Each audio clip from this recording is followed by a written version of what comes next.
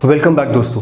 पिछले कुछ दिनों से टीवी और इंटरनेट पे बॉयकॉट चाइना, से no to Chinese brands and ban Chinese products, ऐसे स्लोगन्स आपने ज़रूर सुने होंगे। वैसे तो बॉयकॉट चाइना कैंपेन कोई नया कैंपेन नहीं है और इंडिया समेत फिलीपींस, तिब्बत और वियतनाम जैसी और भी कई कंट्रीज़ में चलाया जाता है। लेकिन इस कैंपेन ने हमारे देश में तूल तब पकड़ी जब 12 मई 2020 को पीएम मोदी ने देश के नाम अपने संबोधन में आत्मनिर्भर भारत यानी सेल्फ रिलायंट इंडिया का ख्वाब दिखाया। इसी के साथ साथ लद्दाख बॉर्डर पर इंडियन एंड चाइनीज आर्मी के बीच के तनाव ने भी इस कैंपेन को हवा दी।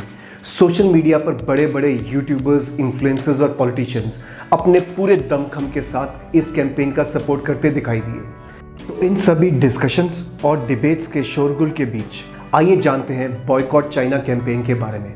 What do we know and what have we learned. 3 idiots movie में आमिर खान ने एक किरदार निभाया था फुनसुक वांगडू का।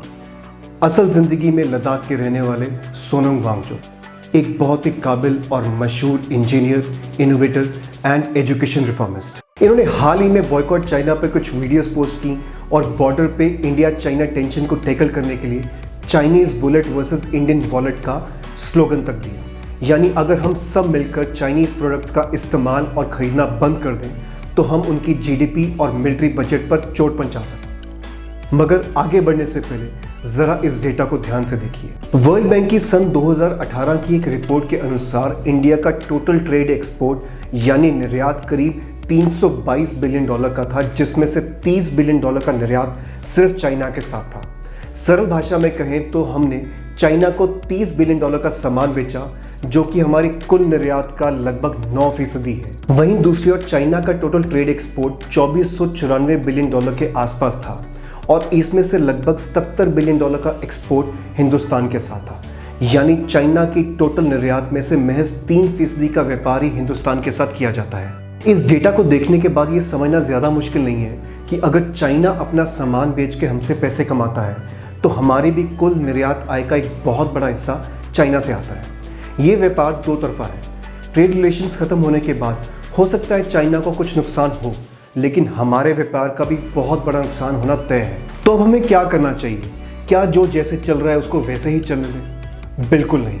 इट्स हाई टाइम हमारे देश को, भारत को आत्मनिर्भर बनना होगा, यानी सेल्फ रिलायंट बनना होगा। लेकिन आत्मनिर्भर भारत को हम बॉयकॉट चाइना से मिक्स या कंफ्यूज करने की गलती कतई ना करें। हमें सबसे पहले ये समझना होगा कि चाइनीज़ प्रोडक्ट्स ने हमारी मार्केट में, हमारे घर में जगह ज़बरदस्ती या गन पॉइंट पर नहीं बनाई है। हम ये प्रोडक्ट्स जैसे LCDs, mobile phones, electronics, furniture, camera, ये माइक या अन्य ऐसे प्रोडक्ट्स इसलिए खरीदते हैं बिकॉज वो हमें लेटेस्ट टेक्नोलॉजी और लेटेस्ट ट्रेंड से अपडेटेड रखते हैं और एक रीजनेबल मार्केट प्राइस में देश के हर कोने में मिल भी जाते हैं। हम और आप में से अधिकतर लोग ऐसे हैं जिनका व्यापार या कहीं रोजी रोटी इन्हीं चाइनीज़ प्रोडक्ट्स और टेक्नोलॉजी पर निर्भर है, या कहीं ये प्रोडक्ट्स हमारी कमाई का जरिया बनती हैं। ऐसे में हम और आप ये चाइनीज़ प्रोडक्ट्स तभी त्याग सकते हैं जब हमारे खुद के देश में इनके विकल्प तैयार हों।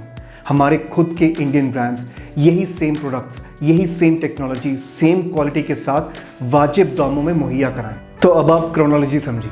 बॉयकॉट चाइना कैंपेन को सफल बनाने के लिए पहले हमें विकल्प ढूंढने होंगे, यानी हमें एक आत्मनिर्भर भारत बनाना होगा। जैसे जैसे हम सेल्फ रिलायंट होते जाएंगे वैसे वैसे भारत चाइनीज़ प्रोडक्ट्स खरीदना बंद कर देगा। तो सवाल फिर वही कि अब हमें क्या करना चाहिए एक आत्मनिर्भर यानी सेल्फ रिलायंट भारत बनाने के लिए। What do we know and what have we learned. आत्मनिर्भर भारत का सपना मुश्किल ज़रूर है लेकिन नामुमकिन नहीं है। And to make it happen हमें अपने देश और सिस्टम में कई तब्दीलियां करनी होगी। इंडिया को सेल्फ रिलायंट बनाने के लिए हमें कई एस्पेक्ट्स पर काम करना होगा और आज हम उनमें से 2 मोस्ट इंपॉर्टेंट एस्पेक्ट्स पर बात करेंगे। सबसे पहला है ईज ऑफ डूइंग बिजनेस। आत्मनिर्भर भारत बनाने के लिए सबसे इंपॉर्टेंट है कि हम अपने देश के माहौल को बिजनेस करने के अनुकूल बनाना होगा, जहां हर बड़ी कंपनी अपनी इन्वेस्टमेंट को लेकर सिक्योर फील करे। कोई भी मेजर बिजनेस पॉलिसी को बदलने से पहले सरकार को इन कंपनीज की राय लेनी चाहिए, इन्हें लूप में रखना चाहिए और किसी भी तरह के पेपर वर्क या लीगल फॉर्मेलिटीज़ जैसे लाइसेंस इत्यादि, इन सब के लिए एक सिंगल विंडो सिस्टम हो जहां बाबूशाही की कोई जगह ना हो। खुद Indian technology brand Intex technologies की डायरेक्टर निधि मार्कंडे ने बताया कि रातों रात बिजनेस पॉलिसीज़ का बदलना या अपडेट होना जैसे बिना किसी तैयारी के 3G से 4G में शिफ्ट होना या डीमोनेटाइजेशन होने से उनके मार्केट शेयर में भारी गिरावट आई। तो अगर इंडिया को सेल्फ रिलायंट होना है तो हमें ऐसे सडन पॉलिसी चेंजेस को रोकना होगा। So with all due respect mister prime minister, please no more prime time surprises. Ease of doing business में पूरे विश्व में चाइना 31st रैंक पे है, जबकि हिंदुस्तान 63rd। इसी डेटा के अनुसार स्टार्टिंग अ न्यू बिजनेस की रैंकिंग में चाइना 27वें पायदान पर है। यानी चाइना के अंदर एक नया बिजनेस स्टार्ट करना काफ़ी आसान और फ्रेंडली है। वहीं दूसरी ओर हमारा देश इस रैंकिंग में 136 पायदान पर है। यानी हिंदुस्तान में एक नया बिजनेस स्टार्ट करना काफ़ी मुश्किल और टाइम कंज्यूमिंग हो सकता है। इसके पीछे सबसे बड़ा रीज़न है कि हिंदुस्तान में वन स्टॉप शॉप या कहीं ट्रांसपेरेंट वन विंडो सिस्टम नहीं है। और दूसरा इंपॉर्टेंट एस्पेक्ट है R&D सेक्टर, यानी रिसर्च एंड डेवलपमेंट। नए इनोवेशंस और इन्वेंशंस के लिए ज़रूरी है कि रिसर्च सेक्टर पर खास ध्यान दिया जाए और उसमें इन्वेस्ट किया जाए। 2017-18 की एक रिपोर्ट के अनुसार भारत ने अपनी कुल GDP का महज 0.7% यानी $13 बिलियन ही R&D सेक्टर में इन्वेस्ट किया। वहीं दूसरी ओर चाइना ने अपनी कुल GDP का 2.13% या कहीं $279 बिलियन R&D सेक्टर में इन्वेस्ट किया। शायद यही कारण था कि 2019 के वर्ल्ड इनोवेशन इंडेक्स में भारत 52nd पोजीशन पर था, जबकि चाइना 14th। पर अब ये शायद सब बदलने वाला है। इस साल के शुरुआती रिपोर्ट्स के अनुसार कई बड़ी कंपनीज और फॉरेन ब्रांड्स इंडिया में अपने R&D सेंटर्स खोलने का इंटरेस्ट शो कर रहे हैं। खुद चाइना का स्मार्टफोन मैन्युफैक्चरर OnePlus, उन्होंने अनाउंस किया कि वो इंडिया के अंदर अपनी फर्स्ट R&D फैसिलिटी खोलने के लिए तैयार हैं। इससे पहले एक और चाइनीज स्मार्टफोन मैन्युफैक्चरर ओप्पो ने अपना हैदराबाद में R&D सेंटर खोला था, जिसे अब वो अपग्रेड करना चाहते हैं। अगर ये सब होता है तो ये भारत के लिए बहुत अच्छी खबर होगी और शायद भारत भी वर्ल्ड इनोवेशन इंडेक्स में अपने एक अच्छी जगह बना पाए। लेकिन अब ये ज़रूरी हो जाता है कि हमारी खुद की सरकार R&D सेक्टर को सीरियसली ले और इसमें अपनी इन्वेस्टमेंट को इंक्रीज करे।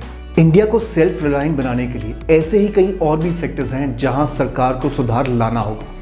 लेकिन एज अ रिस्पॉन्सिबल सिटीजन आपकी और मेरी ये जिम्मेवारी बनती है कि हम ऐसे ही सवाल उठाते रहें और सरकार की कमियों को बिना शुगर कोट किए क्रिटिसाइज करते रहें।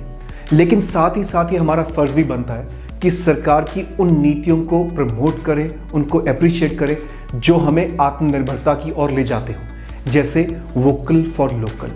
आइए आज मैं और आप हम मिलकर ये संकल्प लेते हैं कि जितना हो सकेगा हम उतने ही लोकल बिजनेसेस को प्रमोट करेंगे और सपोर्ट करेंगे। ऐसे प्रोडक्ट्स जिनके ऑल्टरनेटिव हमारी मार्केट में made in India already available हैं, उन्हें हम ज़्यादा से ज़्यादा खरीदेंगे। तो अब आप हमें कमेंट सेक्शन में ये बताएं कि ऐसा वो कौन सा एक प्रोडक्ट है जो आज से आप सिर्फ मेड इन इंडिया ही खरीदेंगे। बाकी रही बात चाइनीज़ आर्मी की, तो हम सब जानते हैं हमारी इंडियन आर्मी बहुत केपेबल है।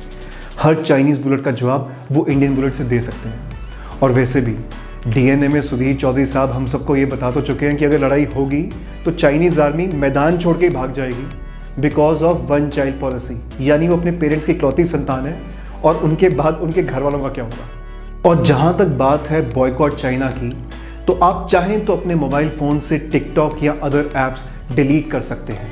लेकिन यकीन मानिए हमारा ध्यान बॉयकॉट चाइना की बजाय आत्मनिर्भर भारत की तरफ होना चाहिए। सेल्फ रिलायंट इंडिया की तरफ बढ़ता हमारा हर कदम चाइनीज़ प्रोडक्ट की मार्केट को खुद ब खुद ख़त्म कर देगा। और ये मुमकिन है कि आने वाले कुछ सालों में चाइना की मार्केट में मेड इन इंडिया प्रोडक्ट्स वैसे ही बिकेंगे जैसे आज हमारी मार्केट में मेड इन चाइना प्रोडक्ट्स बिकते हैं। आज की इस वीडियो में बस इतना ही। इस टॉपिक पर हम और भी कुछ इन्फॉर्मेटिव वीडियोस बनाएंगे और आपके लिए लेके आएंगे। अगर आपको हमारा वीडियो अच्छा लगा, इन्फॉर्मेटिव लगा, प्लीज़ इसे लाइक करें और इसे शेयर करें और हमारे चैनल को सब्सक्राइब करें। मैं हूं IPS कोहली और आप देख रहे थे साडा हक।